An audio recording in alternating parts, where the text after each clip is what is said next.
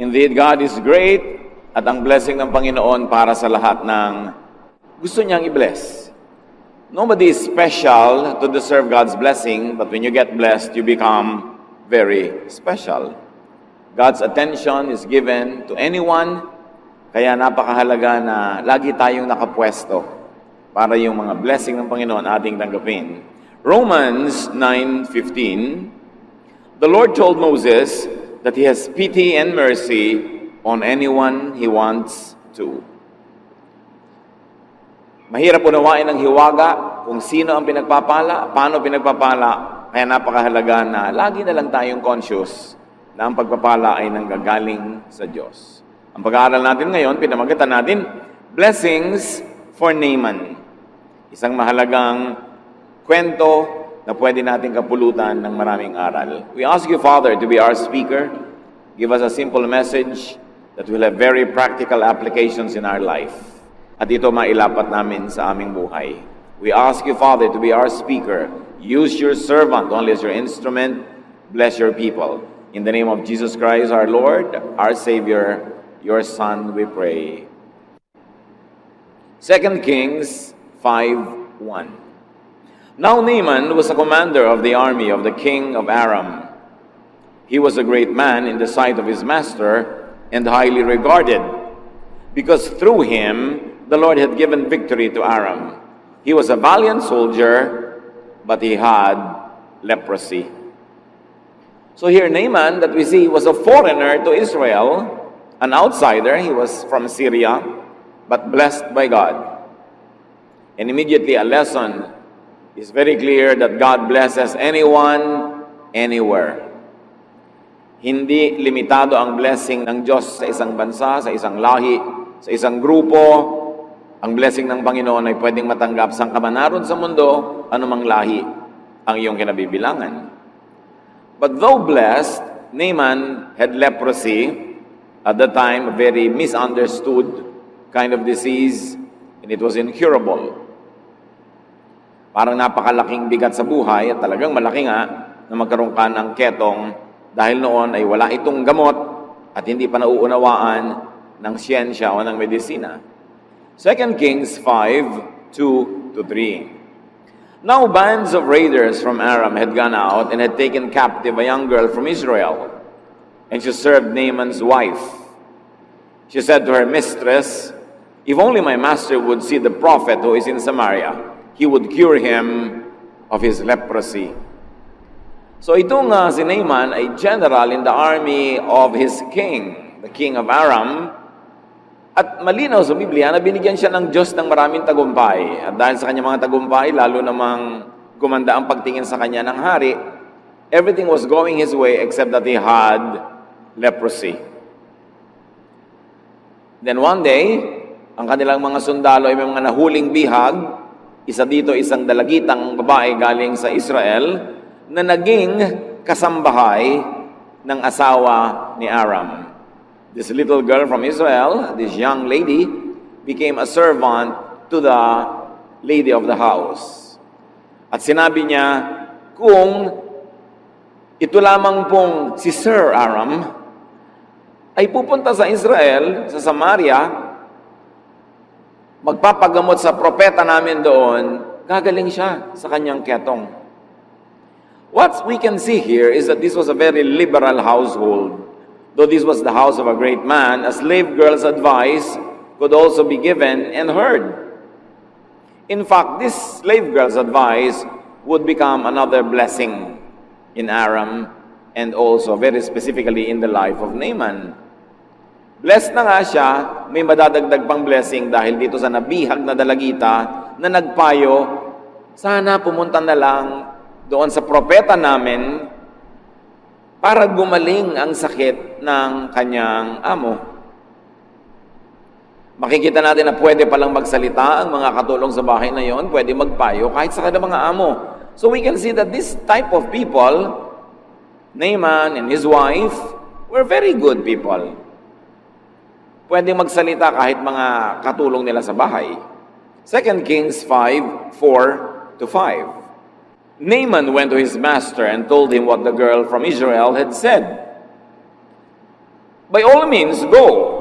The king of Aram replied, "I will send a letter to the king of Israel." So Naaman left, taking with him 10 talents of silver, 6,000 shekels of gold, and 10 sets of clothing. So from the slave girl, the idea to go to the prophet in Israel went to Naaman, her master, and Naaman brought the idea to his master, the king himself. And the king said, "Why not? Go! Papadalang kita, papabaunan pa kita ng sulat para lalo kang pansinin," because at that time, this kingdom was stronger than Israel. So papansinin ng hari ng Israel yung sulat ng hari ng Aram, at nagdala pa itong si Naaman ng pagkarami-raming kayamanan, regalo sa propeta. So another blessing came to Naaman's life. First, the advice of the young lady, the maid in the house. Now, the king's permission and even a letter. And then he brought gifts. 2 Kings 5, 6-7. The letter that he took to the king of Israel read, "With this letter, I am sending my servant Naaman to you so that you may cure him of his leprosy." As soon as the king of Israel read the letter, he tore his robes and said, "Am I God? Can I kill and bring back to life? Why does this fellow send someone to me to be cured of his leprosy?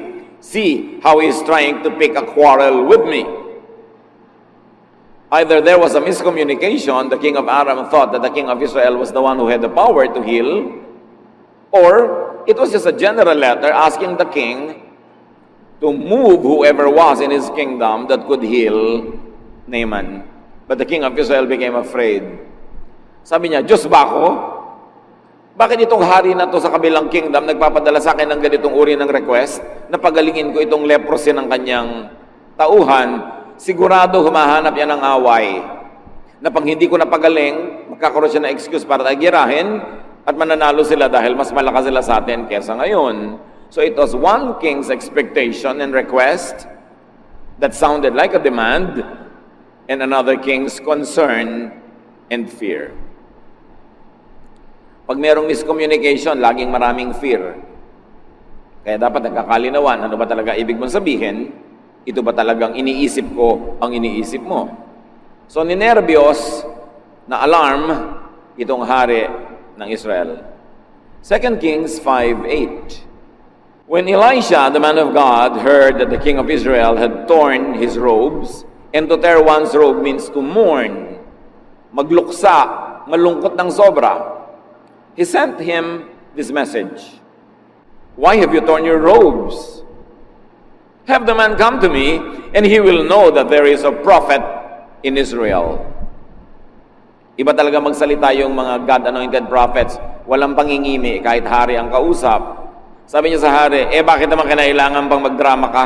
Bakit kailangan mo pang pilas-pilasin yung mga suot mo? Ba't di mo nalang ipadala sa akin nang malaman niyang hari ng Aram na may propeta ang Diyos sa Israel? Malinaw yung statement, hindi yung hari ang gagamitin ng Diyos, yung propeta ang gagamitin niya. Sabi ni, very indirectly, sabi ni Elisha, nagkamali siya, ba't siya sa hari pumunta? Dapat sa akin.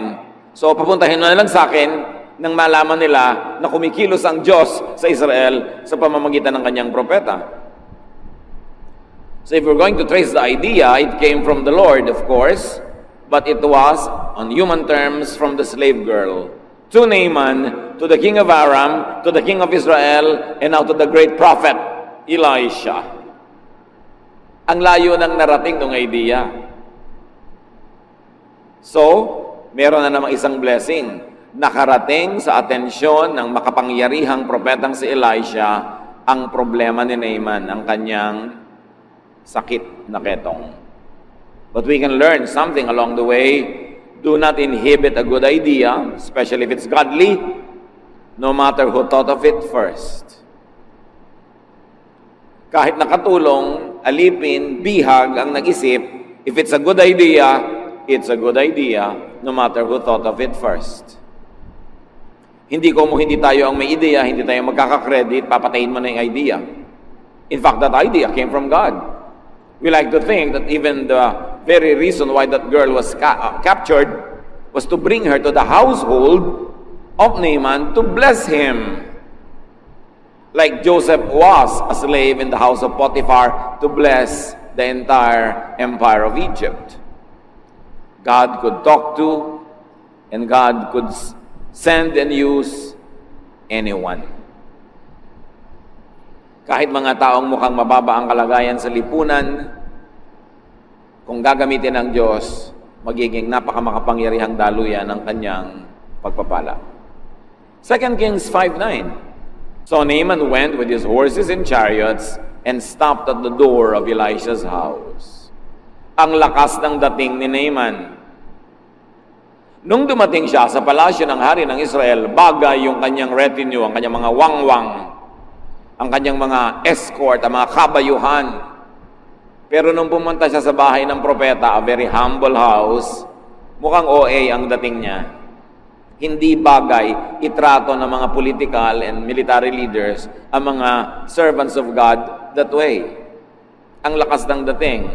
So bibilhin ba ni Elisha ang drama nitong si Naaman na ang lakas ng dating? 2 Kings 5:10, Elisha sent a messenger to say to him, "Go, wash yourself 7 times in the Jordan, and your flesh will be restored, and you will be cleansed." Hindi hinarap ng propeta ang dumating na bisita. Hindi siya tuminag sa kanyang kinalalagyan, pinalabas niya ng bahay ang isa niyang katulong at sinabi dun sa dumating, "Alam na po kung anong pakay nyo, ang payo, pumunta kayo sa river ng Jordan at ilublob nyo ang inyong sarili 7 beses. Bilangin nyo, lublob, ahon, 7 beses. Gagaling ang inyong mga sakit na yan, kayo'y malilinis." Ikatutuwa kaya ni Naaman ang ganong payo. So in other words, dinedma ng prophet yung pomp and pageantry ni Naaman. The prophet was not amused. The prophet was not impressed with the show of force. After all, the show of force is empty. Because if he was really powerful, he would not be there seeking the ministration of the prophet. So dapat inilagay niya ang sarili niya sa tamang lugar. Spiritual people should not be too impressed with power or wealth.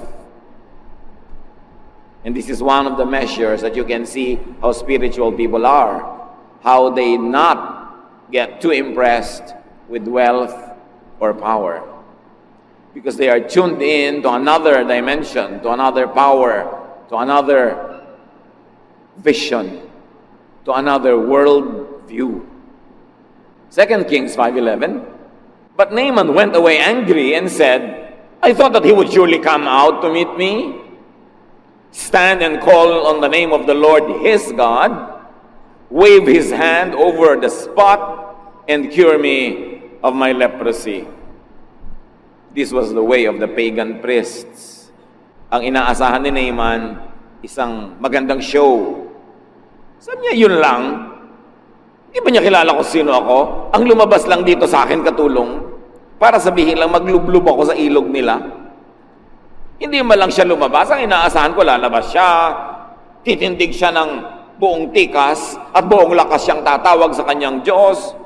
Wawagayway niya ang kanyang kamay and instantly gagaling ako. Yun ang mga drama kasi ng mga pagan priests na nakasanayan itong si Naaman. Hindi niya alam yung understated style of really spiritual people. Hindi niya nagustuhan na hindi siya hinarap. 2 Kings 5:12, "Are not Abana and Pharpar, the rivers of Damascus, better than all the waters of Israel? Couldn't I wash in them and be cleansed?" So he turned and went off in a rage. Sabi niya, Jordan, ilog ba ang tawag mo dyan sa kaprasong kanal na yan? At talaga naman, kung i-compare nyo ang Jordan sa mga ilog ng Damascus, para lang talagang maliit na kanal, puro pa putik. Alam nyo ba, pag tumungtong ka sa Jordan, aahon yung katakot-takot na putik. Aesthetically, hindi naman talaga siya big deal na ilog. Naging big deal lang, yun lang naman kasi kaisa isang ilog ng Israel. So sabi nitong si Naaman, hindi pa ba sapat ang magagandang ilog namin sa aming bayan? Na mas maganda pa kahit pag samasamahin mo lahat ng tubig sa Israel? Hindi ba ako pwedeng doon na lang maligo at malinis? Galit na galit siya, nagdadabog siyang tumalikod at umalis sa kanyang kabayuhan. It was a grand entourage, a pompous arrival and entry. It was a high, ceremonious expectation that he had in his heart, and a most unusual, non-event treatment from the prophet. There was a raging disappointment and an exit. There was ranting of injured pride. Naturally, if you're used to attention, especially to earthly, worldly attention, you would want to expect that from everybody, but never expect it from spiritual people. Not that they are snobbish, it's just that they are not impressed. Because they are tuned in to other things that are spiritual. And perhaps that's the medicine that Naaman needed. A humbling. Dahil matagal na siyang hindi na-humble. And this is the way of some rich people today. The very rich, the very so-called educated and prominent churchgoers, they also want and demand such attention. This breed of people are still alive and well. Umalis siya, pinakinggan niya ang kanyang damdamin, ang kanyang dabog, pero umalis siyang may sakit pa rin, di pa rin siya gumaling. So umuwi siya sa kanyang bahay, inaasahan ang mga katulong niyang mananampalataya, nagaling na siya, pero nakita, ay may leprosy pa, walang nangyari. Sabi niya, anong nangyari? 2 Kings 5:13, Naaman's servants went to him and said, "My father, if the prophet had told you to do some great thing, would you not have done it? How much more then when he tells you, wash and be cleansed?" Again, these servants had the freedom to speak out. And it is to your credit if people under you can speak out.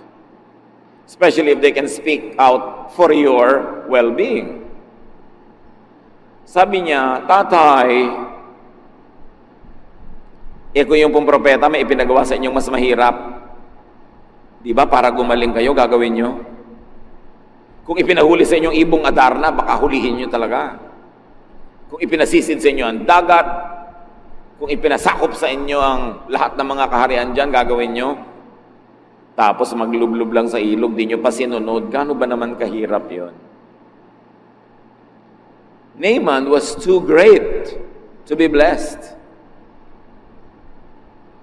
No one can be too small to be blessed, but some people are too big to be blessed. At yun ang attitude ni Naaman. So here comes another common advice, another common sense from very common people that many people of high stature miss.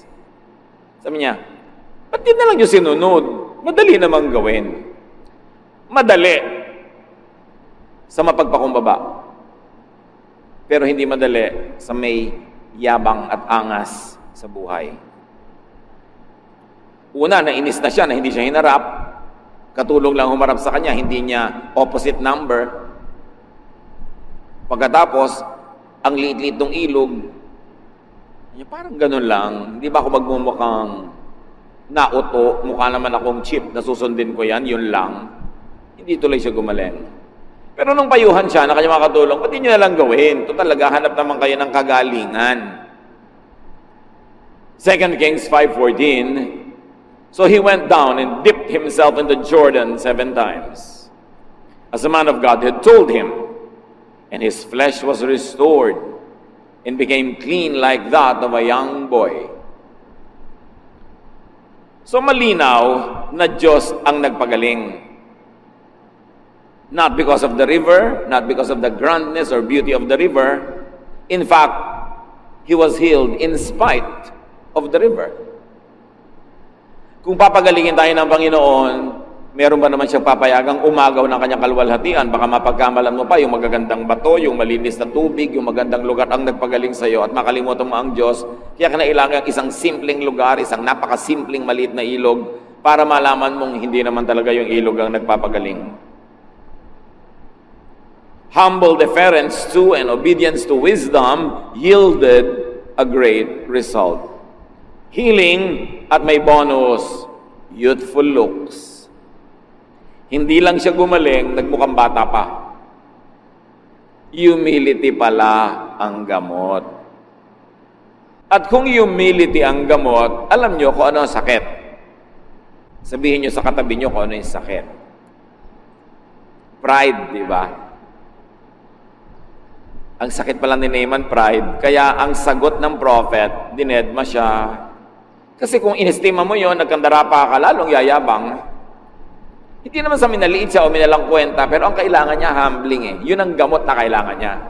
Kaya pala siya pinalulubog 7 beses, ba't hindi na lang 1 beses? Di ba kailangan na-humble ka para lubog-lutang ka doon? Kailangan may humility ka. Para kang batang sumunod na lang. But unless you had a childlike faith, you will never really receive much from God. As soon as he listened to the advice of his servants and did such a humbling thing as dip 7 times in that muddy river, he got healed. It's the Lord, not the river, that healed him. So huwag kayong magpadala sa mga racket ng mga deboting tubig na galing sa Jordan. Mga deboting langis na galing sa Holy Land. Anong holy doon? May holy bang land? Land cannot be holy because land is non-living and only the living are capable of righteousness or sinfulness. Walang holy land. Gimmick lang yan ng tourism.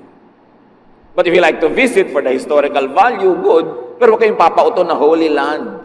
Magpe-pray ka sa Garden of Gethsemane. Sa garden nyo rin na puro makahiya at okra, nandun din ang Diyos. Hindi nyo kailangan pumunta doon para mag-pray. Pero kung gusto nyo makita, not bad. Pero kayong pauto sa mga Holy Land, Holy Oil, Holy Water. Walang ganun. Ang Diyos ang nagpapagaling. Kaya nga pagkarumi-rumit, maputik na tubig pa yung ginamit eh. 2 Kings 5:15. Then Naaman and all his attendants went back to the man of God.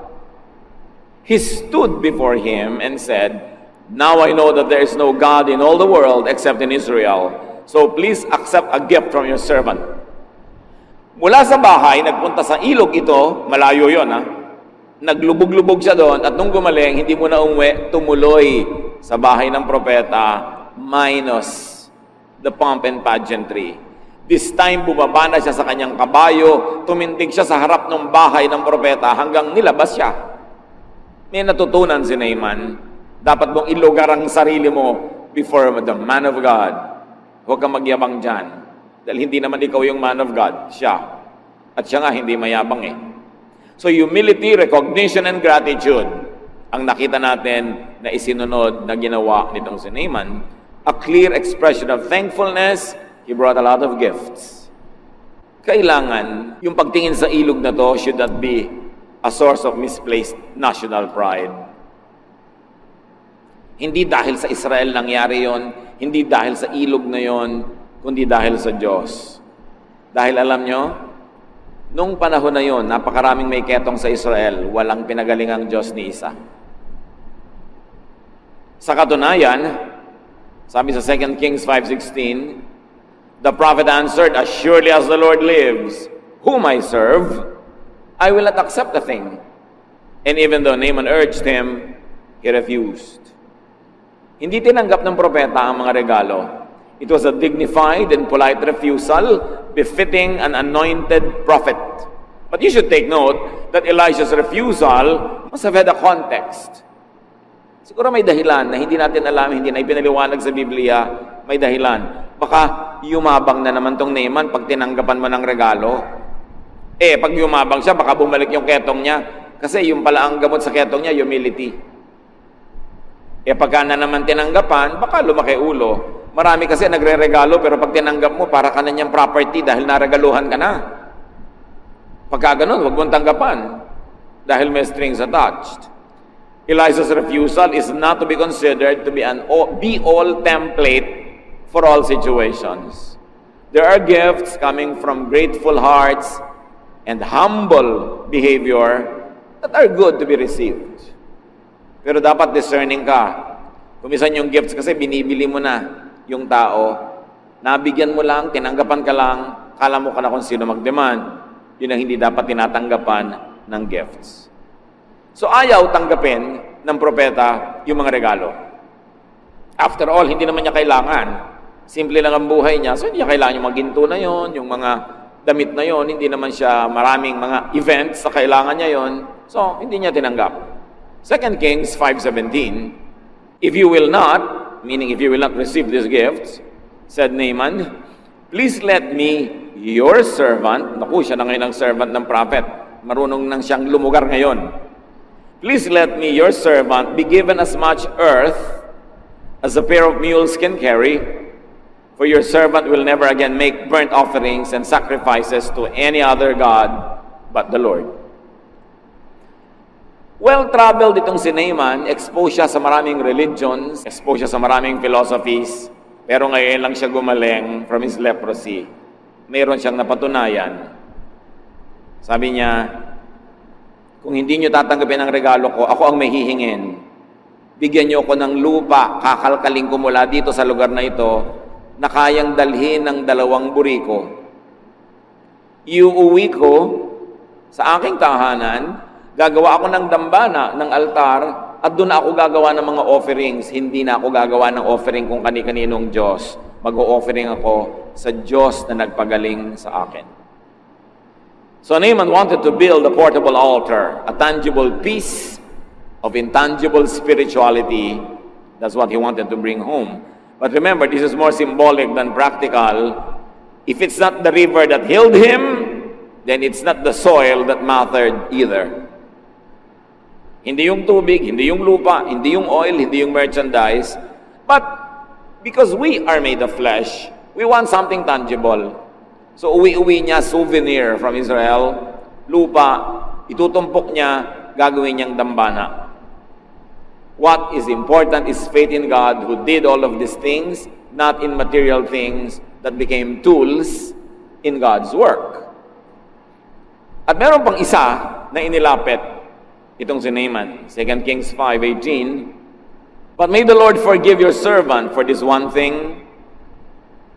When my master enters the temple of Rimmon to bow down, and he is leaning on my arm, I have to bow there also. When I bow down the temple of Rimmon, may the Lord forgive your servant for this. Malinaw na malinaw dito kay Naaman na meron na siyang Diyos na sinasamba, ang Diyos ng Israel. Pero ganun siya ka-close sa hari. Sa niya yung hari namin, pagpapasok sa templo namin at lumuluhod siya doon sa templo, nakakapit siya sa braso ko dahil matanda na siya, siyempre luluhod din ako. Patawarin nawa ako ng Diyos na nagpagaling sa akin. Kung ito'y gawin ko, walang personalan, trabaho lang. So the believer knew that idolatry is out of place in his newfound faith in God. But he had duties. He had work. Trabaho lang. Humihingi siya ng space in his spirituality for his duty and work.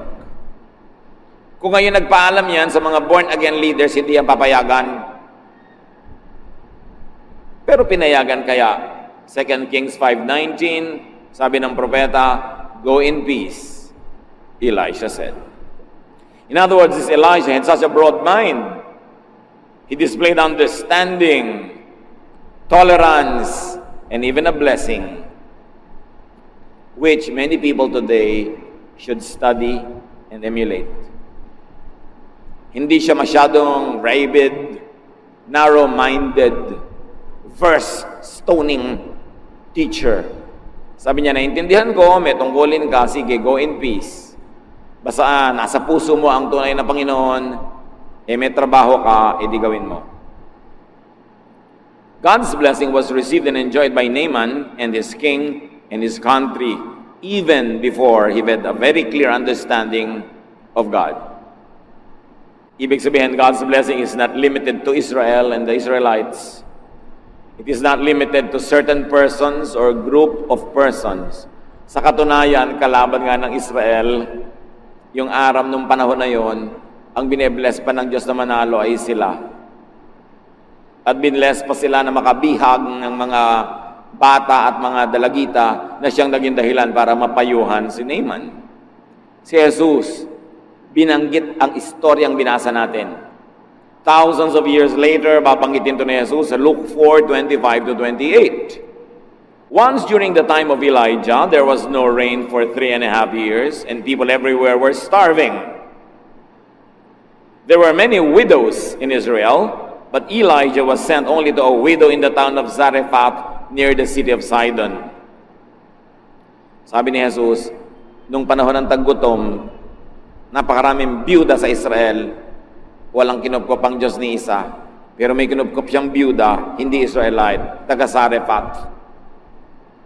And verse 27, during the time of the prophet Elisha, yung binasa natin ngayon, many men in Israel had leprosy, but no one was healed except Naaman who lived in Syria. When the people in the meeting place heard Jesus say this, they became so angry. Israelites had always been used to thinking of themselves as special, as favored, and Jesus shattered that myth, that self-centered, ethnocentric myth. At marami pang beses uulit-ulitin niya ni Jesus. Sasabihin niya, I've never seen a faith like this in Israel, but the faith of this Syrophoenician woman is impressive. Sasabihin niya, I've never seen faith like the faith of this centurion. This I have never seen among Israelites. Ipinapakita ni Jesus na minamatyagan, tinitignan ng Diyos ang lahat ng tao sa buong mundo. At ang Diyos ay humahanga, si Jesus ay humahanga sa pananalig, kahit ang nananalig ay hindi Israelite. At itong si Naaman, sabi niya, sa dinami-rami ng may ketong noong panahon ni Elisha, sa bayan ng Israel, walang pinagalingan Diyos. Isa lang, si Naaman, hindi pa Israelite. God blesses whom He likes to bless. Walang sino man na may exclusive franchise for blessing. Romans 9:15, the Lord told Moses that He has pity and mercy on anyone He wants to. Another lesson is that more blessings could await those who are already blessed, if only they were humble and obedient to godly counsel. Blessed na si Naaman, kaya lang may ketong. Ang spiritual cause pala nito, pride, kaya ang reseta, humility. And when he ate his humble pie, he got healed. God could give counsel through slave girls. Huwag nating mamalitin ang sinuman, maaaring gamitin ang sinuman ng Diyos na daluyan ang kanyang pagpapayo tungo sa ating buhay. Don't feel superior to anybody because anybody could be used by the Lord to speak to you. God could speak through donkeys, as we have seen in the Bible. God could provide food through unclean ravens, as God fed Elisha. And God could protect His servants through a prostitute in the story of Rahab. Nobody is beyond redemption, and nobody is so badly situated that God could not use her or him. Dapat nakabukas ang ating mata, ang ating tainga sa pagpapala ng Diyos kahit kanino padaanin. Huwag kang mamili. Huwag mo sasabihin, sino ba ang teacher sa Bible study class? Baka mas educated pa ako. Baka mas mayaman pa ako. Baka mas maganda pa yung bahay namin kaysa doon sa lugar ng Bible study na yan. Walang ganong-ganong yabang na dadaling kapag lumalapit ka sa Diyos para gumaling ang iyong mga ketong at lahat ng tao may leprosy. Iba-iba lang. Kaya napakahalagang suriin natin mga sarili. Baka blessed na tayo, kaya lang, yun yung kaya lang eh. May sabit, may kulang, o may sobra. At maaaring ang dahilan, tulad nitong kay Naaman, kailangan mo pala maglublob ka sa ilog mo, ano man yun. Baka merong taong kinawawa mo noon, dapat bumalik ka sa kanya at mag-sorry ka. Yun ang ilog na lulubluban mo. You're humbling of yourself para mawala ang iyong leprosy. Baka may pinagyabangan ka noon na kailangan ngayong bumawi ka, magpakumbaba.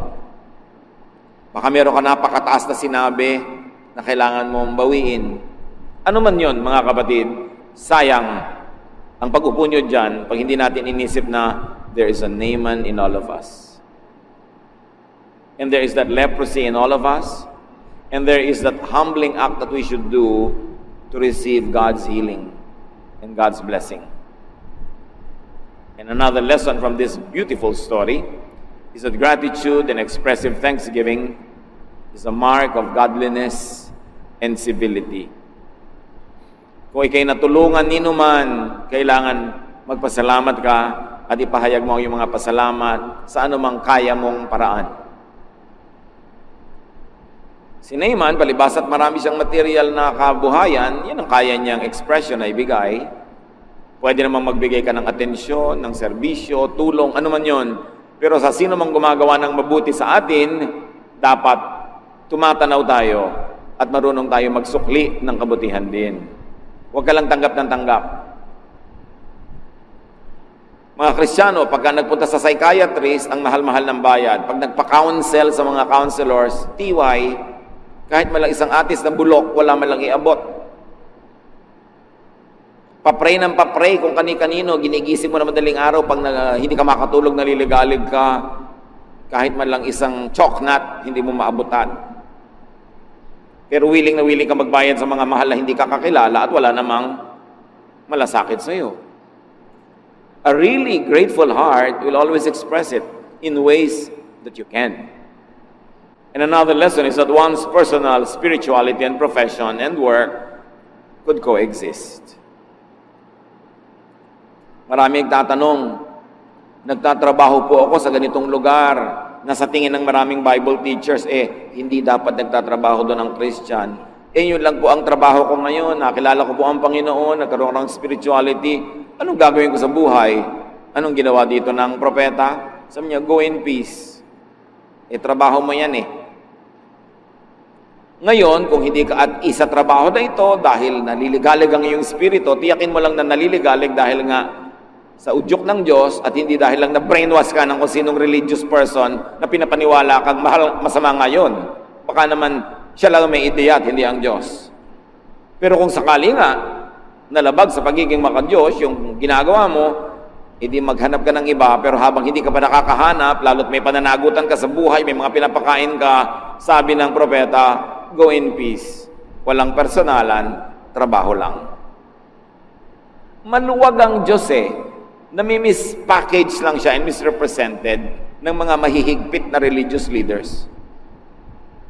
Pero kung ang Diyos talaga ang pupuntahan mo at yung mga propetang tunay, you will fall in love with God. Kasi ang bait-bait. Ang luwag-luwag kasama, hindi nakakasakal. Pag nakakasakal, hindi yun galing sa Diyos. Kasi hindi naman bumaba si Jesus sa lupa para kasakalin. Alam nga naman ang mission niya, manakal. So pag ang feeling mo, nasasakal ka, there's something wrong. Either with the teaching or with the interpretation. If you have conflicts in your mind about your profession and your spirituality, at least in and as a transition period, stay there until you find a better job. But to drop what you're doing and go hungry, hindi naman yun ang kalooban ng Diyos para sa iyo. At hindi mo kailangan gawin yun para patunayang maka-Diyos ka nga. We have to be liberated from these icons. Sometimes Bible-based Christians are so angry with idols, idolatry. Yung mga idols made of wood, of stone, of steel, of whatever. But Bible-based Christians also have many idols. And what are these? Theologies that misrepresent God. Theologies that do not present the true image of God, but shows only the interpretation of the religious. Idol din yun. Mas delikado yung idol na minimisrepresent mo ang Diyos. Na ang Diyos ay laging galit, laging nagpaparusa, puro bawal. It is a misrepresentation of God. Mature spirituality could and would understand other people's boundedness to duty and profession. Meron pa naging Kristiyano pero nasa military o police. So alam nga namang hindi ka na manghuli ng masama at hindi ka na mamaril kung nagbabarilan dahil Kristiyano ka. I-apply natin itong istorya sa tunay na buhay para magkaroon ng kahulugan sa atin. Sabi ng prophet, go in peace. Then settle it later. But for now, you are in a transition period, go in peace. Darating din yung kaayusan na yan na hinahanap mo. Mature spirituality could and would be tolerant of people's realities and even beliefs. You don't walk into people's lives and rearrange them the way your religion tells you to. You respect people and you let them process their spirituality in their time, at their pace, in their context. Naaman was a believer, though not fully aware of it. Maraming mga tao naniniwala sa Diyos, hindi lang nila alam na naniniwala pala sila, pero yung kilos, asal, gawa nila, nagsasabing mananampalataya sila. Kaya bine-bless ng Diyos si Naaman. May kulang lang yung inayos, the humbling part. But in all other aspects of his life, he was already blessed. Marami mga mananampalataya, hindi lang articulated ng theology sa kanilang pananalig nila sa Diyos. At kadalasan, makikita niyo sa Biblia, dinadala sila ng Diyos sa mga taong makakapagpaliwanag ng kanilang isip at makakapag-fine-tune ng kanilang pananalig. Ginawa niya yan kay Cornelius, ginawa niya yan sa Roman centurion, at ginagawa ng Panginoon sa sino man na meron ng likas na pananalig sa Kanya, inilalapit niya lalo sa Kanya at gumagamit siya ng mga instrumento. What is your leprosy that could be healed by listening to a humble person's advice, that could be healed by humbling yourself and by dipping in your own Jordan River? Panginoong Diyos, turuan niyo po kami na ilapat ang kwento sa buhay namin dahil hindi naman dekorasyon ang kwento na ito. Ito'y tungkol din sa amin. Bigyan niyo kami ng spiritual eyes. Give us spiritual eyes to see who we are in this story so we can benefit from it. And we pray, O Lord, that as Naaman benefited from enlightenment, you will give us that enlightenment so we could do what should be done, correct our lives, and get more blessing from you and glorify you more in our lives. Pagbulay-bulayan natin ang kahulugan nito sa ating buhay at nawa ang ating kani-kanyang mga leprosies pagalingin ng Diyos sa ating pagsunod sa Kanya at pagsunod sa makadiyos na payo. Dear Lord, as your people humble ourselves before you, enlighten us so we could learn from this powerful story.